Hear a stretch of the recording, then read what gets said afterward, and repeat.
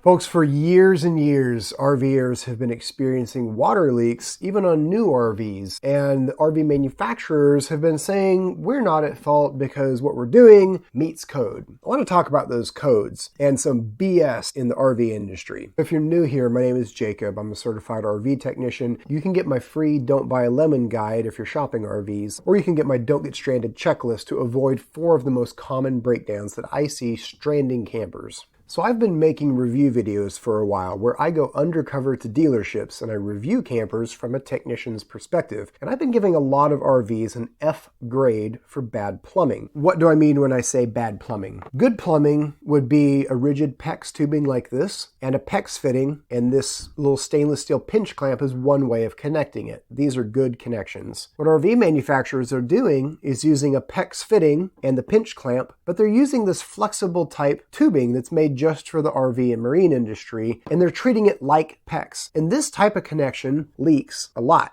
It's not that flexible tubing is inherently evil, it's the attachment method. For example, this is a flexible tubing, it's the same type of tubing. The fitting that's inside the tubing is designed for the flexible tubing and has a better seal. So, if you need flexible tubing, this is what you want to see in an RV, not this. Flexible tubing is needed anytime you have moving plumbing, like in a slide out. It's the preferred way of attaching to a water pump because the flexible tube reduces vibrations and therefore noise in the camper when the pump is running. Now, in addition to being a RV technician, I'm also a licensed general contractor, and this type of connection is something they would never do in a residential application. Now, I understand that residential codes and RV codes are not exactly the same. When I first started making these review videos, I stated that RV plumbing did not conform to code. The code I was looking at is what the Recreational Vehicle Industry Association adopts, NFPA 1192 code, which governs how recreational vehicles are supposed to be built. And in the NFPA code, it says that for connecting water tubing, you must use appropriate fittings. To me, it seemed obvious that a fitting that's designed for PEX tubing and not designed for flex tubing is not appropriate, especially when it creates leaks. But there's more to the story here. And this is where we get into the real bullshit, pardon my French. There is a whole nother code called the IAPMO code that is different than the NFPA code. IAPMO TS25 is a document that states how this tubing is to be tested, and it actually specifically says that you can connect it to PEX fittings. So that's how RV manufacturers can claim that this type of connection meets code. The real rub, though, is that IAPMO does not say you can use this stainless clamp. It says that you should connect to the PEX fitting according to the manufacturer of the fittings requirements. And that's the weird thing. When you look at the ASTM code for these PEX fittings, it says that an appropriate clamp would be either this stainless pinch clamp or a copper compression sleeve used with PEX tubing. The ASTM code actually does not say that you can use flexible tubing with this type of fitting. It's just the IAPMO code that's saying you can combine these two, but it does not say to use the stainless clamp. It doesn't say what to use. It just says to use what the manufacturer specifies, and the manufacturers of the fittings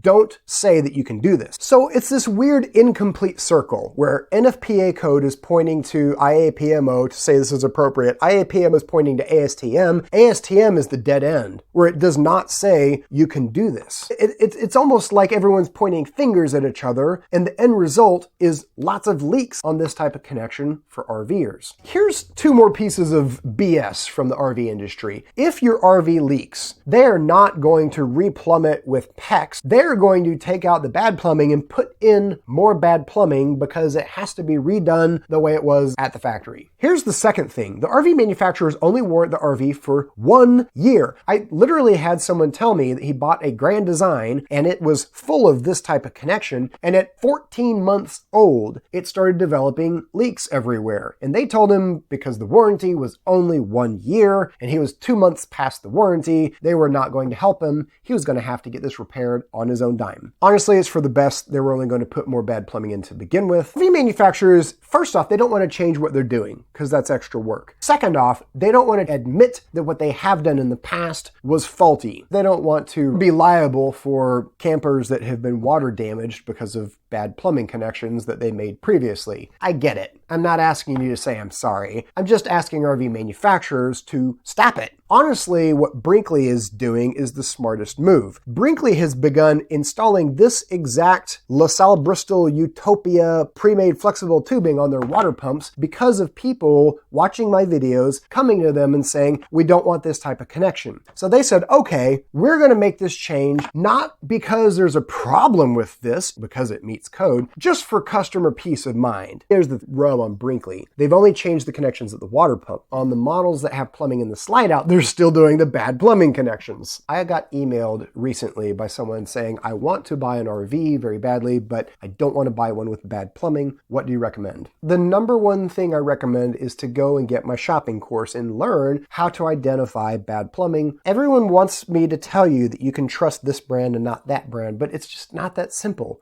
Forest River, Brinkley, Alliance, all of these manufacturers have some RVs that are plumbed correctly and some that are not. And if the shopping process and assessing the plumbing is overwhelming for you and you want Jacob Rigger's eyes on it, I do offer consulting now to help people through the shopping process. You can have a lot of fun camping in RVs. You can also have a terrible time if you buy the wrong one. Here's the deal with all these codes and my attitude about them. Codes are created by people, and they are created to try and create some standards for the betterment of the product of the consumers. The codes are here to serve the people, and if the people are not being served by whatever the codes are saying because of water leaks, then the codes need to change. Bottom line is, I'm no longer saying that this violates code because it's a really sketchy gray area full of a lot of BS. Folks, don't let the RV industry tell you that the rules mean that you should have an RV with leaking plumbing. That's bull. This is where the golden rule comes into play, folks. He who has the gold makes the rules. If you're shopping RVs and you tell your RV dealer or salesman